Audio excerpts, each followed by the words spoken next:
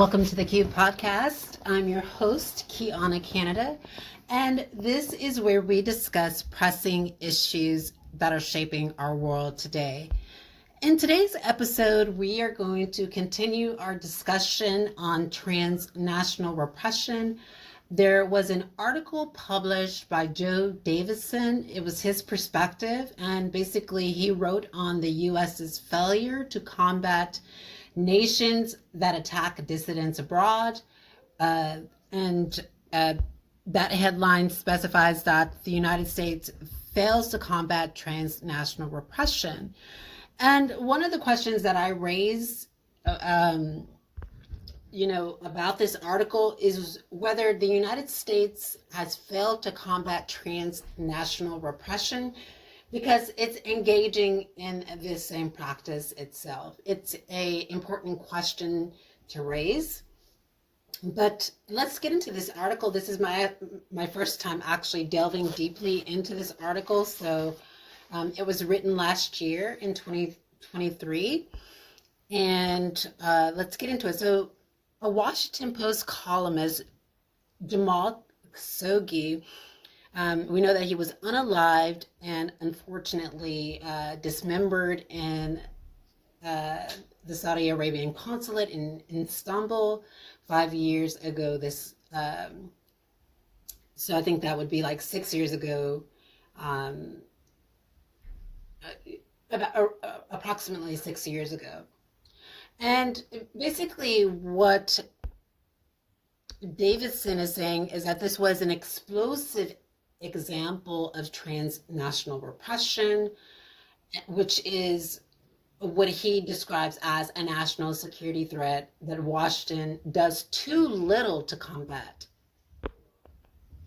And he says that it's a little known crime that can be, frightening and deadly for foreign dissidents who live in America. He says, when foreign governments intimidate or assault people in the United States, it is considered transnational repression. And so he goes on to say that the FBI and other agencies are constrained in their fight against security, foreign intrigue, according to the Government Accountability Report. And I'm raising a question as to whether the reason as to why that the government is so constrained with combating transnational repression is because it's devoting its resources to engaging in its own acts of transnational repression and intimidating its own citizens abroad. As you know, I speak very intimately about transnational repression, and I write on it. I've actually blogged on it. I do a lot of videos on it. Of course, this podcast is very new, so there's not a lot of information, and some of the information, unfortunately, I suspect is being censored and being censored by the U.S. government, because I have articulated that the United States is engaging in acts of transnational repression. The United States has failed to sit down and have a conversation with me about this as to whether or not it is doing this. But the information and the evidence is leading me to believe that the United States is subjecting a lot of its citizens who are residing abroad to acts of transnational repression. So, although Congress is considering legislation to facilitate this, to tackle the issue of transnational repression, federal officials have not used a key legislative tool against the repression and have failed to adequately coordinate with local and state authorities who might not understand it. So, ladies and gentlemen, that's a really important thing. And this is happening in all countries. Not a lot of authority figures understand exactly what transnational repression is. So I have tried to have discussions with authority figures in the Republic of Ireland. I've tried to have conversations with authority figures in Northern Ireland. I've tried to made phone calls to individuals and authority figures in organizations within the United States to report instances of transnational repression. And no one seems to know what it is, and no one seems to understand what it is. And I think that that is the most dangerous thing about this phenomenon, is that it's relatively new. I think that it was the term transnational repression was coined in 2016.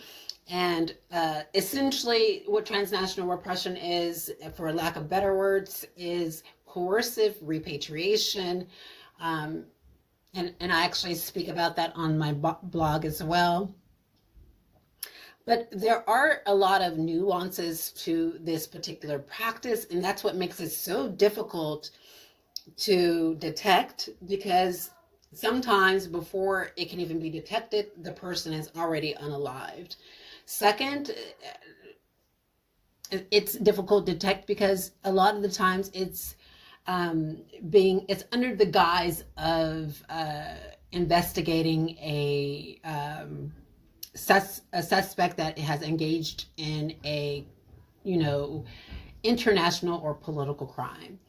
And we know that authority figures are using these tools such as Europol and Interpol to harass and to persecute and intimidate diaspora members, asylum seekers, and human rights defenders like ourselves, to push us out of the host country back to our own country, where there is a greater chance that the authority figures can carry out further acts of persecution.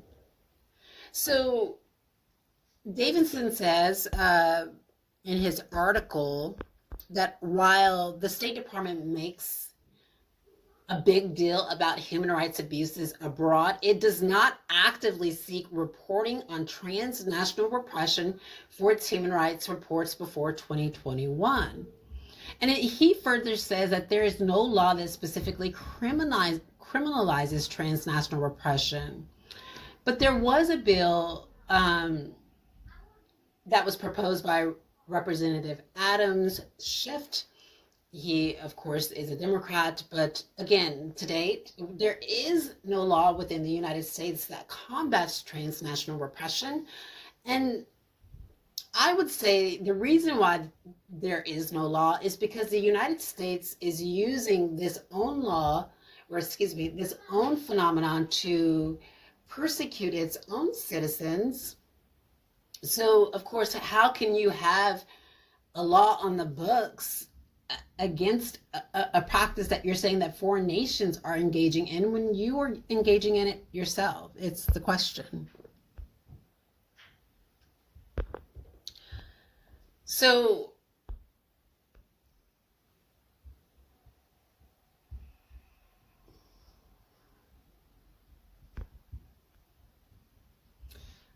Davidson goes on to say that no such determination have ever been made by the White House. None of the agencies involved in law enforcement have even performed any work related to implementing a statute, according to the Government Accountability Office. And it's unclear the extent to which the laws will ever be considered. So again, there is no law within the United States of America that combats transnational repression. And I think that's quite unfortunate, because there should be a law. We know that the European Union has done a lot to combat transnational repression. However, when it's the United States that is perpetuating practices and acts of transnational repression, it can be difficult for foreign nations within the European Union to take on. And I'll tell you why that is. First, when we think about transnational repression, we often think about countries like China, Turkey, we think about Russia, we think about these countries engaging in this practice, right? And our mind never stops to think, okay, well, could it be possible that other countries that we consider to be democratic are engaging in transnational repression as well? And I think that that's the most difficult thing, because if you have a person that is from a democracy and they filed an asylum claim, there is a presumption that their claim is illegitimate because they are an asylum seeker. And there is also a presumption that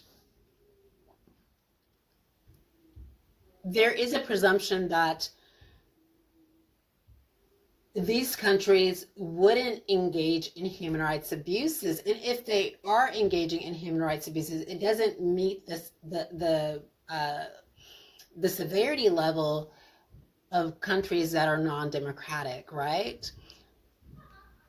So I believe that that is the reason why there is not a confrontation with countries that are participating in this very destructive practice. But this is what Davidson says. He says the number of nations practicing it is growing and increasing. International migration provides. So basically, in his article that's in the Washington Post, he acknowledges that there are countries that are engaging. And again, the United States is focusing on China, Iran, Russia, Turkey, Rwanda. And I have no allegiance to any of these countries. So my speaking about this is from a human rights perspective, and based on watchdog reporting and human rights activity. And again, I believe that the United States is focusing on these countries because it's trying to take attention away from its own acts of transnational repression, which is unfortunate. But again, let's go back to the article. So Davidson says that modern technology allows countries to surveil and intimidate people across borders far more easily than they used to be able to. And that surveillance particularly makes physical attacks more likely and more effective. And this is quite disconcerting for a journalist or a human rights defender, because this surveillance can be 24 hours a day. It's never ending, but it's a form of intimidation and repression. It's not a legitimate investigation. One, they're not legitimately investigating a crime. They are wasting taxpayer money to spend a lot of time surveilling this human rights defender or this journalist or this activist. It really is an unfortunate practice that authority figures are engaging in.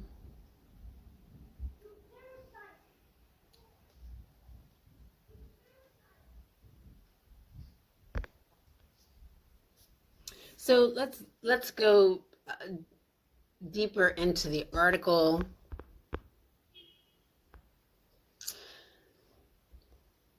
So basically, Davidson says that Washington has undercut its fight against transnational repression by conducting extraordinary renditions or state-sponsored kidnappings. And of course, this was dated back to what happened during the 9/11 attacks. And then he goes on to say that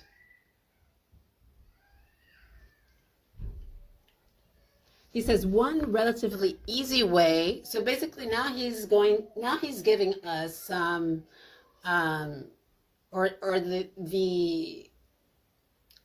the Government Accountability Office is giving us some ways to combat transnational repression. And they say one relatively easy way to combat transnational repression is through better federal coordination in training with other law enforcement authorities. Local and state officials might not understand transnational repression, so they sometimes treat incidents as ordinary crimes because they do not recognize a foreign aspect that could indicate it was an act of transnational repression. And that's true. So let's get into that. The times that I have reported acts of transnational repression, so first I've reported acts of transnational repression within the Republic of Ireland. And when I was understanding that this was acts of transnational repression, my mind was like, what is this? And I learned quite clearly that this was coercive repatriation, right? So I did some research and I discovered, hey, to me, this sounds much like coercive repatriation.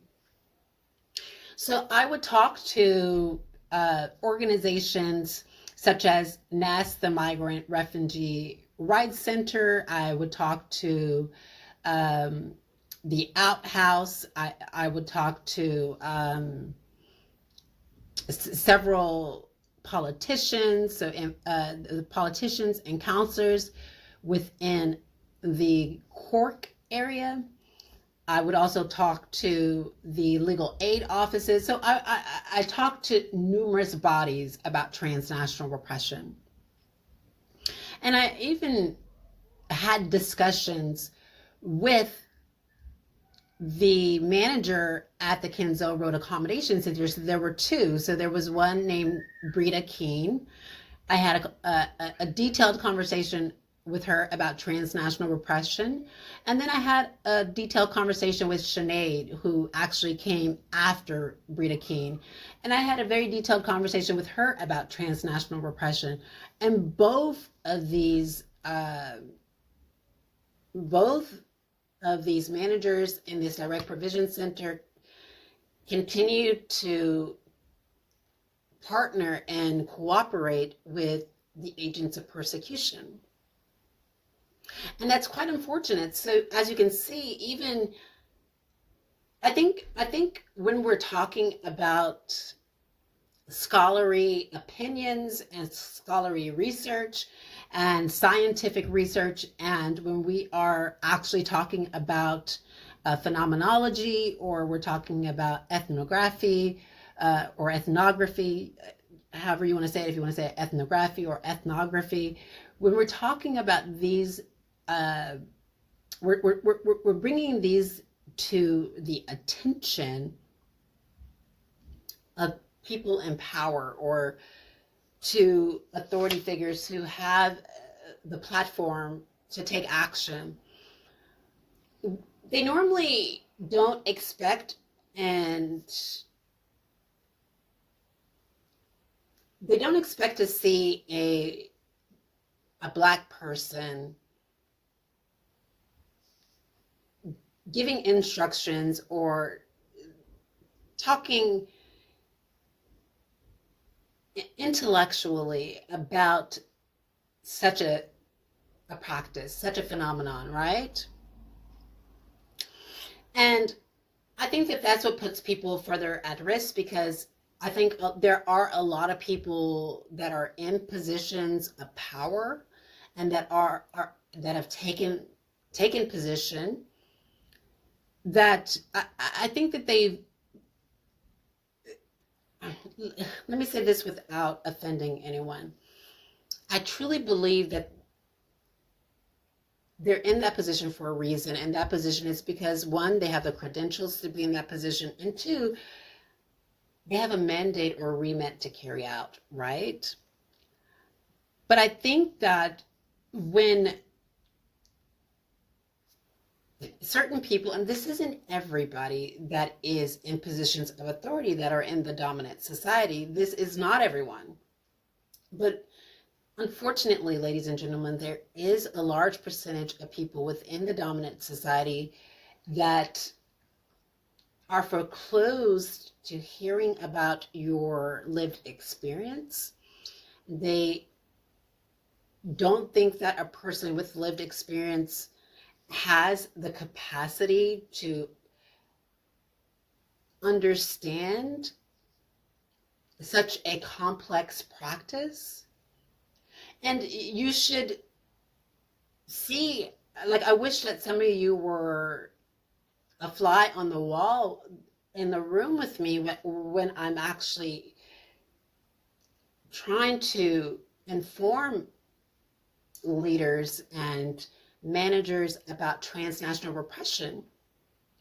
And one, they give me a look of like, who do you think you are?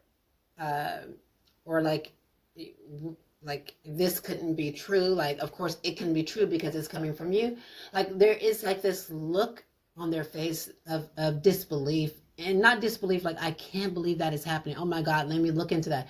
It's like, that is not happening whatsoever. It's that look. And I think that this is why so many people are harmed by transnational repression, is because we have people who are not trained in positions of authority who don't want to. So there's first, we have people that are not trained, people in positions of authority that are not trained. Two, we have people in positions of authority that are not trained and don't want to listen to advice that is given to them by somebody in a lesser position than them. So someone who's lower on the hierarchy than them, they don't want to accept any information from them.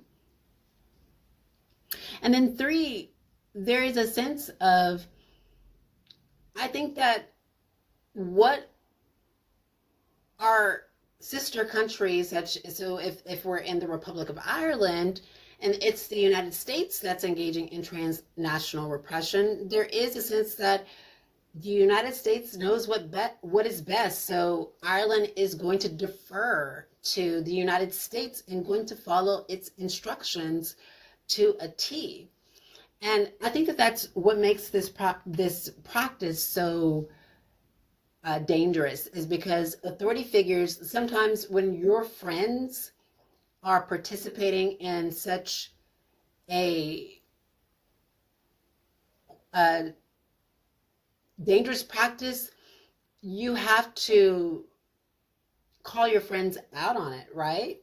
And that's what I did. And that's why right now, I think I'm so disliked in the asylum community, because when I was in direct provision in the Republic of Ireland, there were a lot of asylum seekers who were my friends. These were people who I had grown to love and had built like long friendships with. For example, there was a woman there in the Kinsale Road Accommodation Center, and when we first met, she told me that she was having a difficult time with her husband, and that they were separated. And I would later come to understand that she was participating in acts of helping, colluding with authorities to repatriate me back to my country, or to make me feel unsafe within the direct provision institution that I was living in.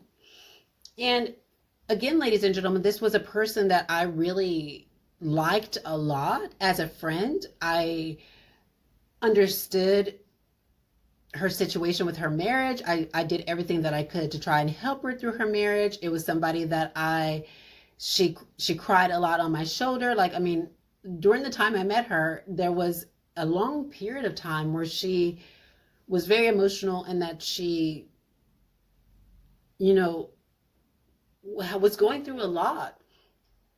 And I wanted to do what I could to make sure that she, you know, got over her breakup fast, because I didn't want her to be hurt.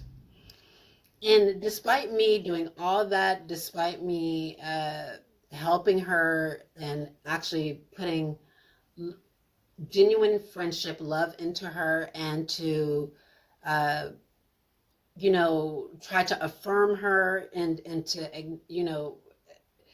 tell her that she's good enough without, this person that she had described as someone who had abused her.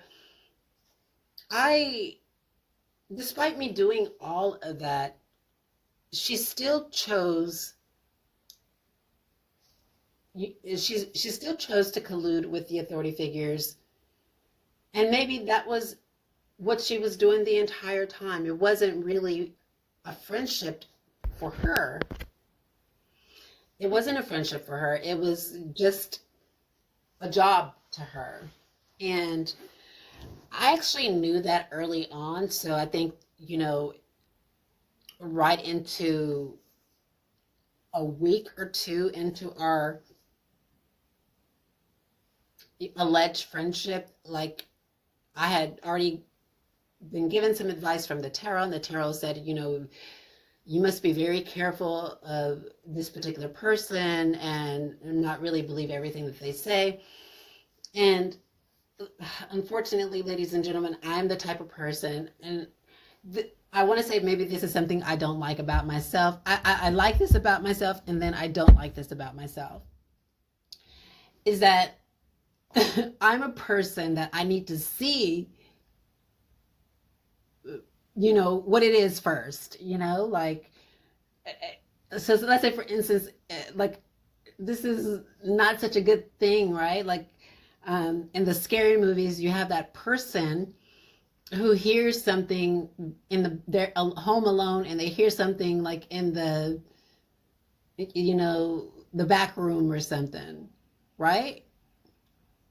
And I'm that person that you see in the movies that you're telling, no, don't go in there, you get out of there. I'm that person, and I go in there anyway, right? I go in there to see exactly what that could be. And I think that there's a little bit of that in all of us. Like, we want to see, like, okay, do I need to really get out of this house, or is this something that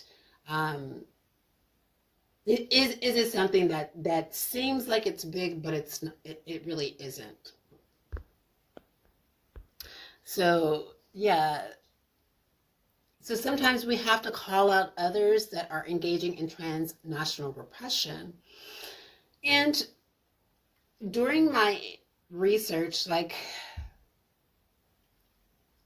I couldn't imagine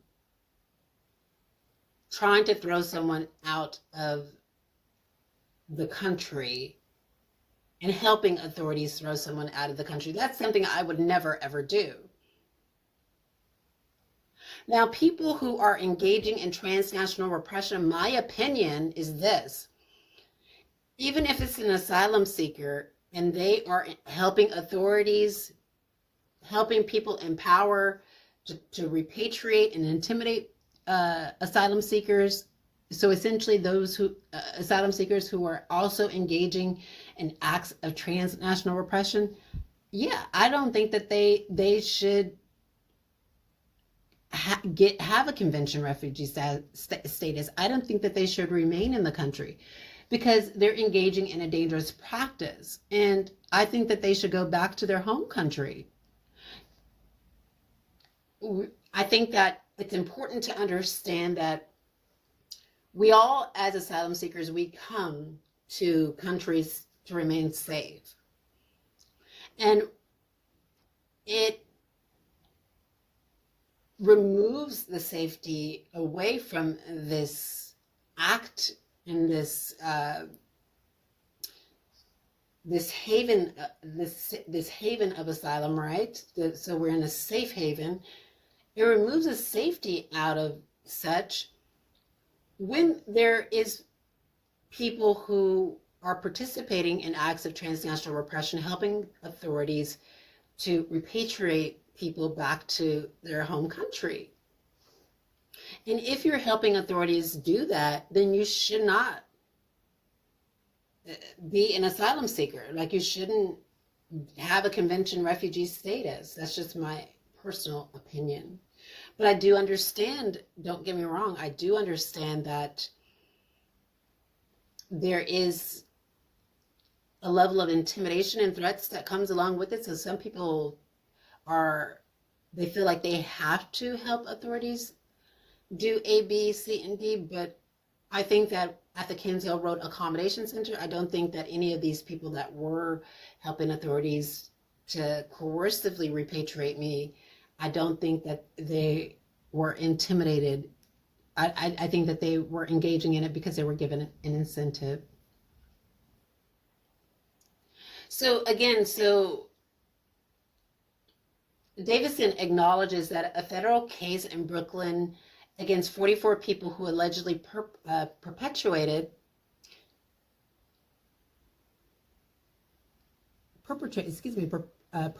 transnational repression schemes, and what they were doing was attacking U.S. residents whose political views and actions disfavored another nation, right? And so what this nation did was they allegedly used fake social media accounts to harass and intimidate their own citizens while in the U.S. And I 100% agree that this is happening, because that same thing has happened to me. So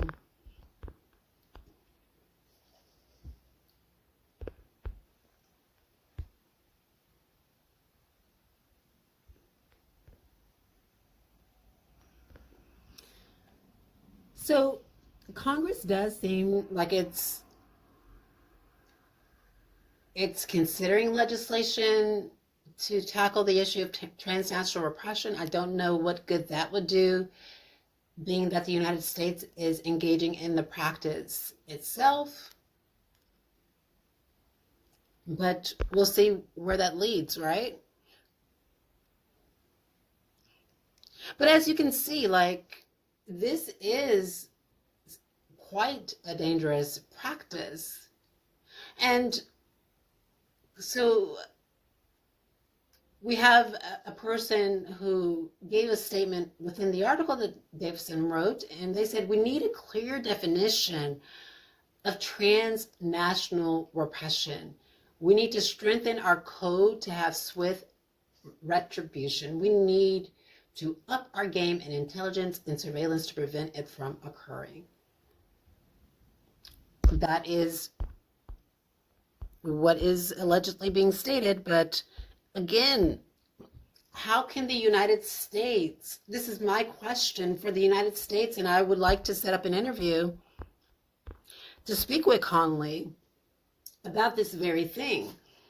How can the United States create legislation and come up with a definition of transnational repression, or even try and tackle it when it's doing the same thing itself, and ladies and gentlemen, this is nuanced. So the United States could be engaging in transnational repression or subjecting me to transnational repression in the form of research, but I don't think that is likely, and I'll tell you why. Because I have made it known that I have stepped into the shoes of a country conditions researcher. That is something that, I have been doing over the last 3 years. I have been researching specific practices. Even though I'm a bona fide asylum seeker, I have been researching specific practices that undermine human rights, such as transnational repression. And during my journey, the United States had ample opportunity, and still does have opportunity, to say, you know what, Kiana, you're our citizen. We care about you a lot. Things have happened, and we want to make things right with you. And we understand that you're involved in trying to understand more about this practice, and maybe you believe that we subjected you to it, but we didn't do it. So we're going to help you to find out who is subjecting you to it. It hasn't done that. Again, when I left the Republic of Ireland, that was an opportunity to actually do that. But the United States didn't do that. And there has been specific instances of transnational repression here in Northern Ireland. And this makes me aware that this isn't the United States or the Republic of Ireland standing shoulder to shoulder with me to try and investigate practices of transnational repression, because it's not what you do. What you do is you collaborate in the open. And of course, when I was investigating this practice of transnational repression initially, it was because I was being subjected to something and I wanted to know more about it. And what I learned was that it was coercive repatriation, and that governments often engaged in this practice to try and repatriate their citizens. And I wrote about that. And I wrote about that on my own. And my writing about that on my own and researching that on my own, wasn't done, behind the curtains with a group of people or with any people. It was done within myself. Like I wanted to do that myself. I had the time to look into it, and I did. So now the United States is well aware that I'm looking into the practice of transnational repression. The Republic of Ireland is well aware that I'm looking into this practice as well. And both have the opportunity to come out and say, you know what? After what we put you through, and you recognized exactly what this is, ladies and gentlemen, because not everybody will recognize it. A lot of people will think that it's something entirely different. Some people can't speak out about it. Some people will unalive themselves. Some people will be unalived. You see, there is a lot of, it's a very intricate and complex practice. So they had ample opportunity to come to me and say, you know what, you did recognize that this is transnational repression. And because you recognize this, basically what we want to do is we want to uplift you, and we want to bring you up and move forward with you, and let's do things the right way. Like let's put everything behind us and let's do everything the right way. Neither of these countries have done that. And you know why? It's because they don't like the thought of someone looking like me and someone with my history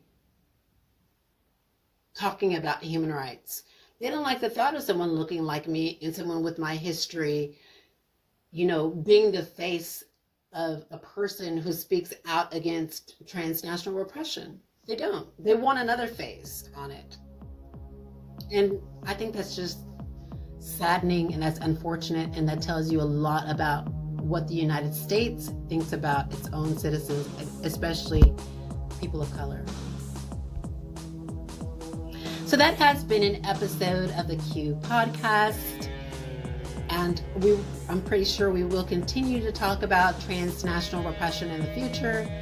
And remember to stay safe, continue to walk in your truth. Until next time. See you.